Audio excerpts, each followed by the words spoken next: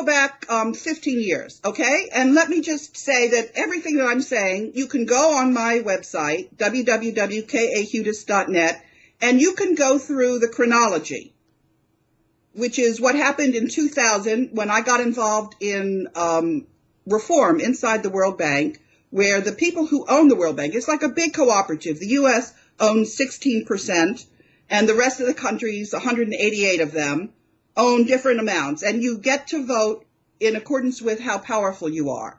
Okay, so I was part of the board's decision that they were going to allow the World Bank to have more money, but only if they improved the human resources. And I was on that committee, and the agreement was that those managers that were doing a good job would get promoted, and those managers that were doing a bad job would either get training or they would get fired.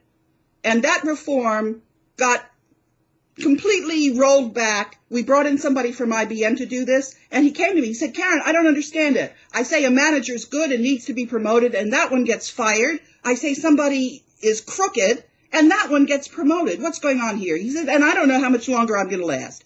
Alberto Bazan, he got fired. And after that, I just tried to find out what was going on. And you can watch and see exactly what was going on until I got involved in the Philippines, where the man who was the president of the Philippines, Joseph Estrada, was robbing the country blind. And what he did was he sold the second largest bank, Philippine National Bank, to a borrower who owned Philippine Airlines, Lucio Tan. His airline was in default to Philippine National Bank. And so I said, you know, you can't disperse the rest of the loan when this crook has gotten all those employee shares. That was nearly $1 billion. That was near, just so everybody knows, that's nearly $1 billion in malfeasance. Well, what happened was we canceled our loan for $200 million.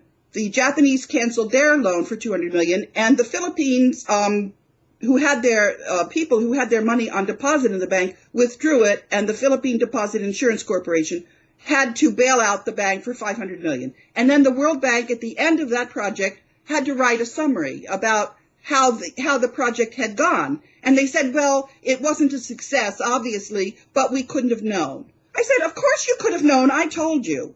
And that's when they tried to fire me. And so I went, yeah. They did fire you. No, not at that point. Oh, in 2009 they did. 2003. Ultimately, they did. But here's the beautiful part about it. The World Bank is many, many things.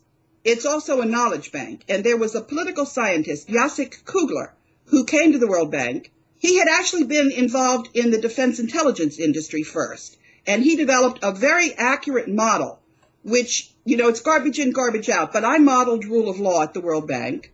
I didn't realize that the World Bank was a microcosm of the world. But I did know that if the U.S. didn't start playing by the rules, that we were going to lose the ability to handpick the president of the World Bank. Lose our leadership.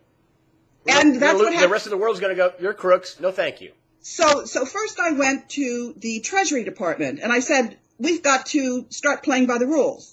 And they ignored me. So then I went to the Senate Committee on Foreign Relations, which at that point was chaired by Joe Biden. It had Hillary Clinton and Barack Obama as junior members. But it was Senator Lugar who wrote 3 letters to the World Bank saying, don't fire this lady. And they fired me anyway. But in the meantime, I had showed the board that I was working on rule of law. And so I had a lot of people backing me in the beginning. You should see how many people are backing me now. I have the whole world backing me. And it sounds like I'm being grandiose.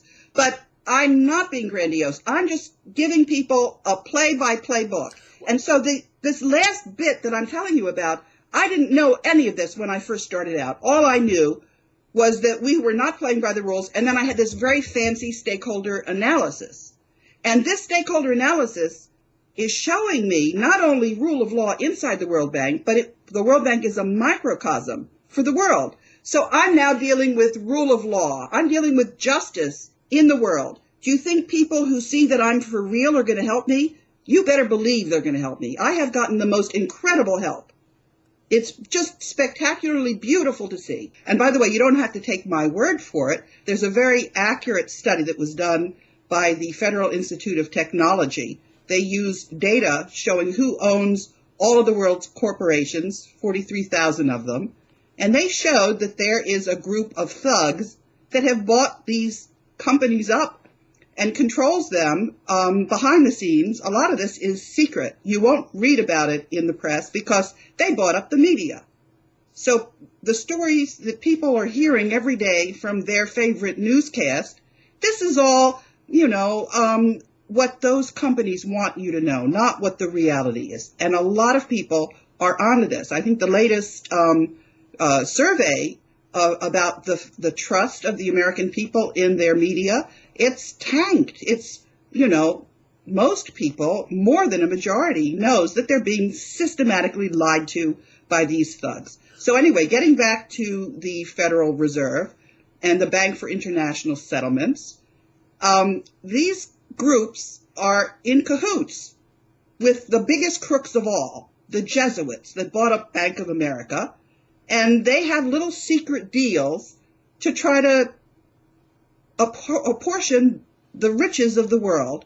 And in the meantime, all of the countries of the world know that this thievery is going on.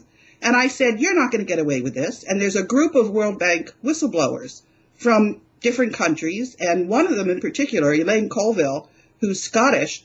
The two of us have been writing to the UK Parliament, and the UK Parliament on the 20th of July just published our statements. My statement was, okay, guys, we're running out of time. It's time to get serious and tell these thugs and crooks that they're fired.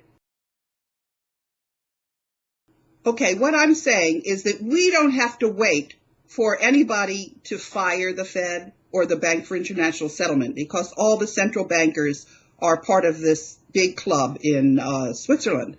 What we should simply do is use our choice. The states, some of them, have already started recognizing silver and gold, the precious metals, as currency. They're entitled to do this. They should do this. There are other alternatives like Bitcoin, and there are other bankers that have set up currencies that are backed fully by precious metals, and we, the consumers, can choose which currencies to use that are legal. And that's what we're going to do in very short order. Because I can tell you, and you didn't follow up on one of the things I just said, so I'll say it again. We are talking about the biggest thuggery of all, and that is the Jesuits in the Vatican. We are talking about the biggest thuggery of all, and that is the Jesuits in the Vatican. Greg, I'm going to tell you something which I just found out about, because let me step back a little bit and say how I got involved in all of this.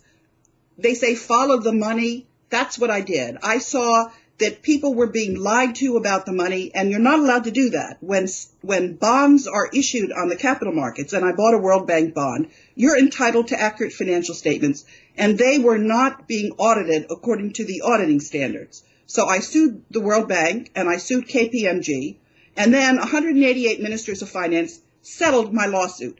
But I couldn't get that thing implemented. So I was trying to find out why not. And let me tell you what I just found out. I always thought that the CIA was the problem and the other intelligence agencies. Guess what? There's a grand intelligence agency that the Vatican puts out, and all of those other crooks are operating under the Vatican intelligence agency. The money That's what's going on. The money is about the control, and the Vatican intelligence agency, the World Intelligence Agency, they're talking about we're fighting over money, over what money we're going to use, and who controls the money. Thing I'm saying, Greg. They're not fighting. They've all agreed. The fighting is what we're led to believe. They're all in cahoots. Just like all the banks are in cahoots, all of these intelligence agencies are in cahoots too. So we are completely being bamboozled. It's like a big theater of the absurd for the world. And in the meantime, every single citizen is getting ripped off big time. He's an actor. He's told to play his part. Well, that's sad. It is, but everybody is an actor. Let me back up here. You're telling me the president is just an actor, just somebody to play a role and don't get in our way. You're really not the president. We say you are, but you're not. What I'm trying to say is that those presidents of ours who refused to go along with these crooks' agenda got murdered. All of them. And so there's a little bit of leeway, and they're doing what they can. And don't forget, we have to play our part, which is we have to admit that we have been bamboozled and we're not going to be bamboozled anymore. And we will then take back what's ours. We won't let the crooks continue to rob us. But this is We've got a role painful to play. We don't have to stay stuck at that level. We can go up to the different level, which is what I'm telling you. Not just the central bankers, but the Vatican. For example, people don't know that their IRS revenue is going to the Vatican. They don't know that the municipalities are pre-funding their pensions for billions of dollars when it's unnecessary. We have got to sit down and we've got to follow the money and figure out where it's going and say, okay, that's our money, that's not your money, and we have to take it back. That's all. You are looking at paper currency. There was an agreement starting in the early 1900s to take all of the wealth of the world, the treasures, the gold, the diamonds, priceless treasures. These are now in a big vault in different places, buried.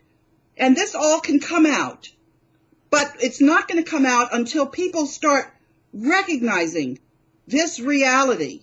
We have all got to look beyond. We have to pierce the corporate veil. That's the statement in law. When you look behind who owns the corporations, we have to pierce the corporate veil. We have to, all of us, do our homework.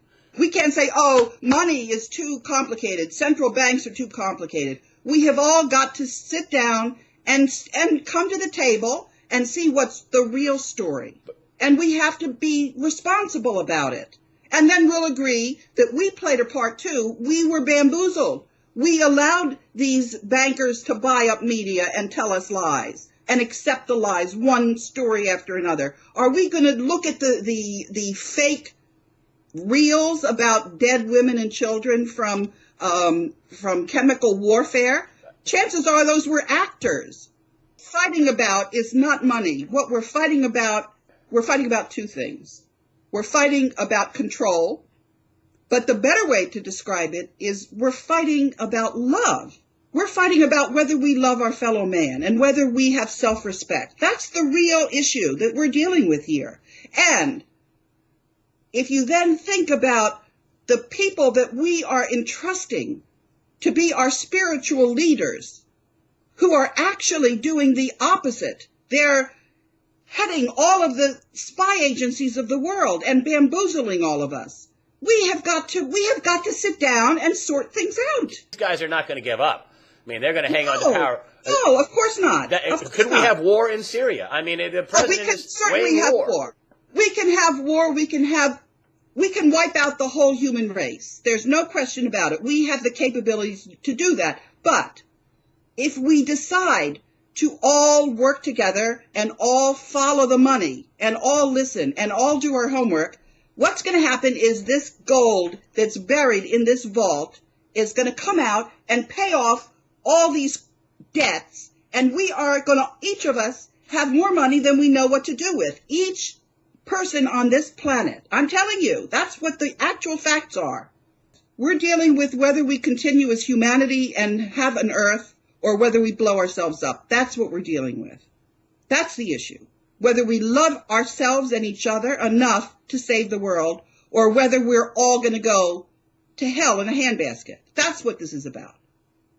Karen Hudes, you have enlightened me, my dear. You can find out more at K-Hey Hudes. That's Hudes, K-A, Karen, K-A, Hudes, Hudes.net. Thank you very much for joining us. We're all in this together, and I think we're going to do just fine. That's the whole point. We do love each other, and humanity will continue, and we're going to be fine.